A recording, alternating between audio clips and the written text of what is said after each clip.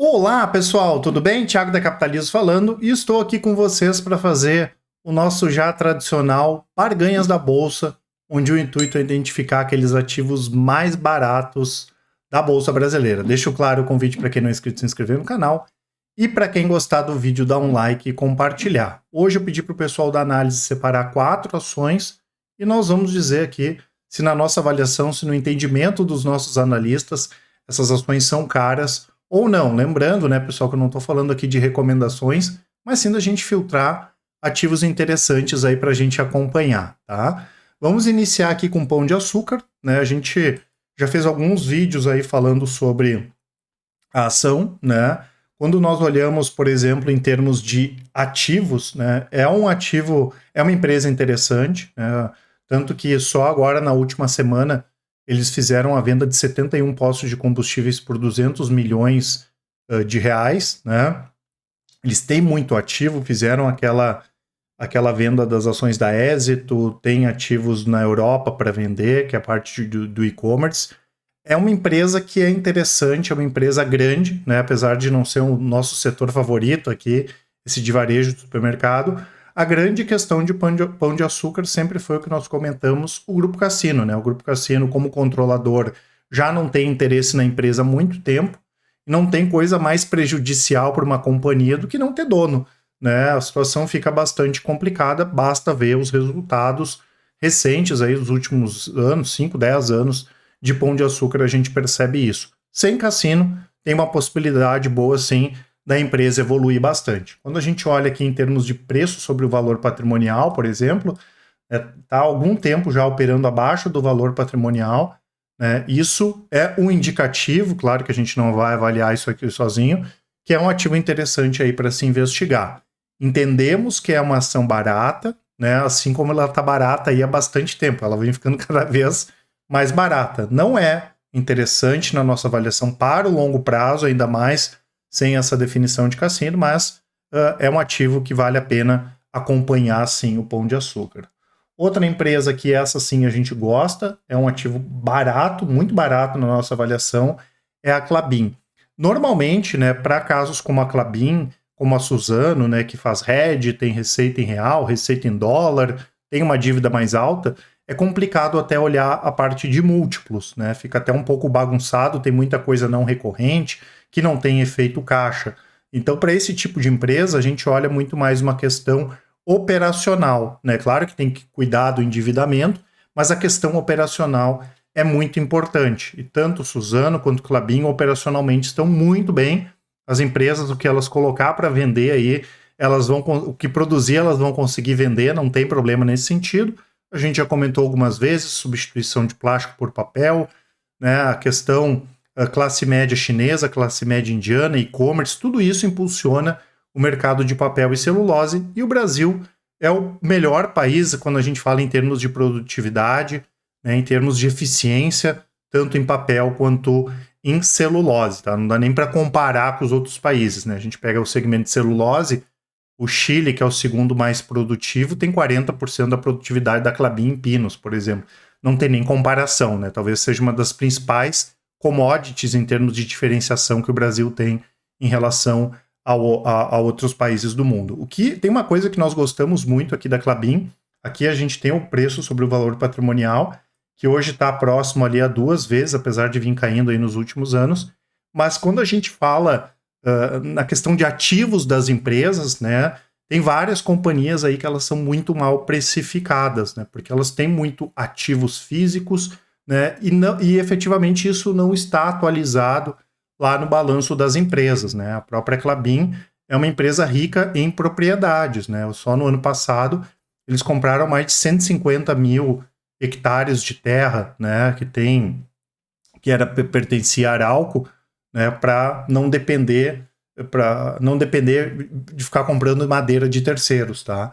Então, essas empresas, né, muitas vezes o investidor acaba não dando atenção efetiva para os ativos, né? O que acontece também com empresas como o Brasil Agro, SLC, Cosan e várias outras. E é interessante, principalmente em momentos de inflação, e o que o Brasil mais tem é inflação, ter ativos físicos, ativos reais, né? E assim como ações são ativos reais, propriedades também, propriedades produtivas são bastante interessantes, né? Então a gente entende sim que a Klabin é um ativo barato, mesmo que quando a gente vai olhar em termos de múltiplo, nesses múltiplos um pouco sujos, indique ao contrário.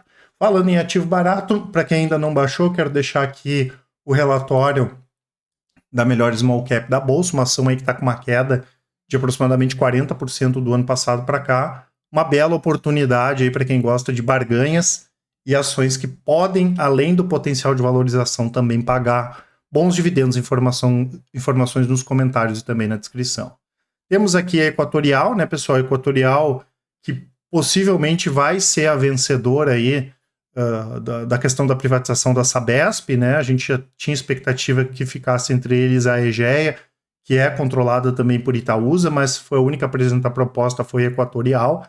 E aqui nós temos também essa questão do preço sobre o valor patrimonial, né? E o caso da Equatorial, quando a gente pensa em ativos da empresa, também a gente entende que esses ativos são mal precificados e que é uma ação barata, mesmo que os múltiplos estejam um pouco mais elevados, né? Porque a Equatorial, nos últimos anos, né, ela tem um histórico de comprar ativos depreciados que não são bons e ela transforma esses ativos em ativos lucrativos, né? Então isso é uma questão aí que o investidor acaba ignorando também. Imagina se eles conseguirem colocar, né, uma empresa como a Sabesp, né, nesse mesmo colchão, acaba sendo bastante interessante. Nós sempre consideramos, junto com a Lupar e Engie, a Equatorial as 3 melhores empresas em termos de gestão do setor de energia. A Equatorial tem tido alguns problemas nos últimos anos, né, no Rio Grande do Sul e outras concessões também. Por isso a gente tirou momentaneamente ela da lista das 3 melhores, mas tem tudo aí para voltar, né, a alcançar o top 3 aí em termos de gestão, e a gente entende sim que é uma empresa barata, tem ativos que estão ainda muito precificados da mesma forma que quando eles não eram ativos lucrativos. Então é uma ação bem interessante para acompanhar, especialmente aí caso eles fiquem com a Sabesp, tá? Que deve ser definido aí nas próximas semanas. Outra empresa, né, pessoal, que a gente sabe que é bastante polêmica, né? Muita gente comenta que é cara e tudo mais, a Taesa, né? O setor de transmissão é o grande filé do mercado, né? Tem as receitas atreladas ao IPCA, ao IGPM, os contratos são de longo prazo, o risco de ingerência é muito baixo. Então, quando a gente fala de energia, né, transporte de gás e também a questão de transmissão são os segmentos mais interessantes. Quando a gente olha em termos de múltiplo, a Taesa tem múltiplos mais elevados, né? Inclusive o pessoal tem nos perguntado sobre PL, projeção de PL e tudo mais. Historicamente, o PL da Taesa é um PL mais alto, até porque ela tem ativos diferenciados, né? Talvez quando a Lupar tiver com tudo em operação, vai ter ativos melhores do que a Taesa, mas os ativos da Taesa são muito bons, a empresa é muito eficiente, tem uma disciplina financeira legal. E outra questão é que ela tem um endividamento maior, até porque a previsibilidade da receita é muito grande. Claro que lá na frente ela vai ter que participar de outras concessões, porque essas empresas vão perdendo a receita, né, que é a RAP, a receita anual permitida, e muito tem se falado da capacidade de pagamento de dividendos. Nós achamos que é muito cedo para especular qualquer coisa nesse sentido. A gente entende que no nível atual de receita ela continua pagando bons dividendos, não tem problema em relação a isso, né? E é o que vem apresentando na prática. Já faz uns 3 anos que a gente é questionado sobre isso, e há 3 anos a gente vem falando a mesma coisa, não tem grandes motivos para preocupação, e nós não descartamos, né, a possibilidade da CEMIG vender esses ativos. Já faz uns 2 anos que nós comentamos sobre isso, claro, não tem como saber efetivamente se e quando vai acontecer, mas tem uma grande possibilidade.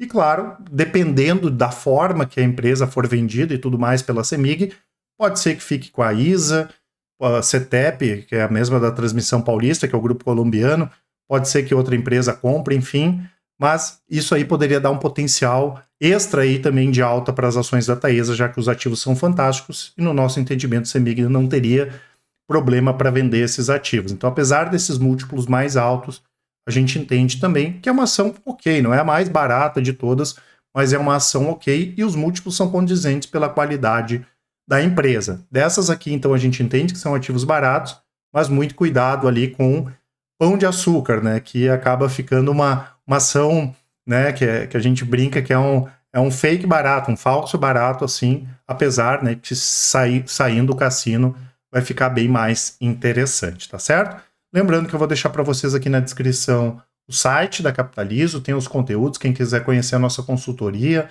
a casa de research, né, análise e recomendações, tem os conteúdos, os resultados das nossas recomendações, sempre atualizados.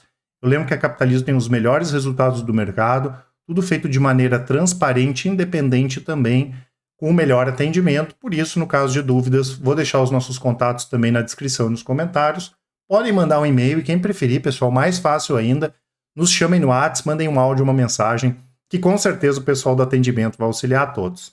Um grande abraço e ótimos investimentos. Até mais!